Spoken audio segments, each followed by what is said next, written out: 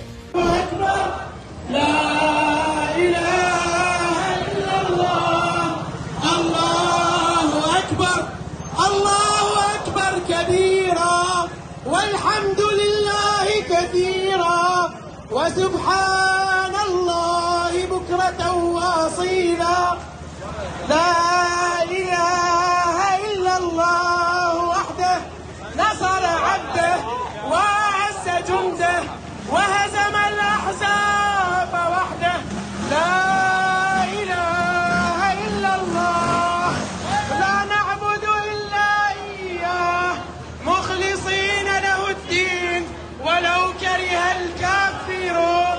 अल्लाहु अकबर वलिल्लाहिल हम्द। अल्लाहु गायतुना। हजरात, जो 2 जर्नलिस्ट गाजा के अंदर इजराइल के कत्लेआम में मारे गए, उनके जनाजे की तस्वीर आपके सामने।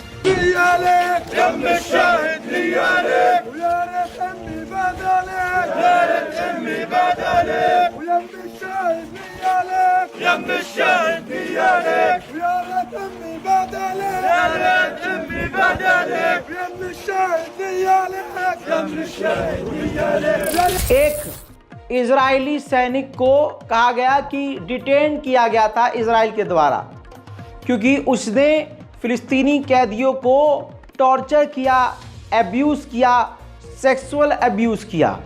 जब वो पब्लिक के सामने आया आज़ाद होके, तो उससे जब सवाल जवाब किया गया तो उसने बोला कि हाँ, मुझसे इंक्वायरी के लिए मुझे बुलाया गया और फिर मेरे लिए तालियां बजाई गईं, मुझे शाबाशी देकर फिर आज़ाद कर दिया गया। सुनिए।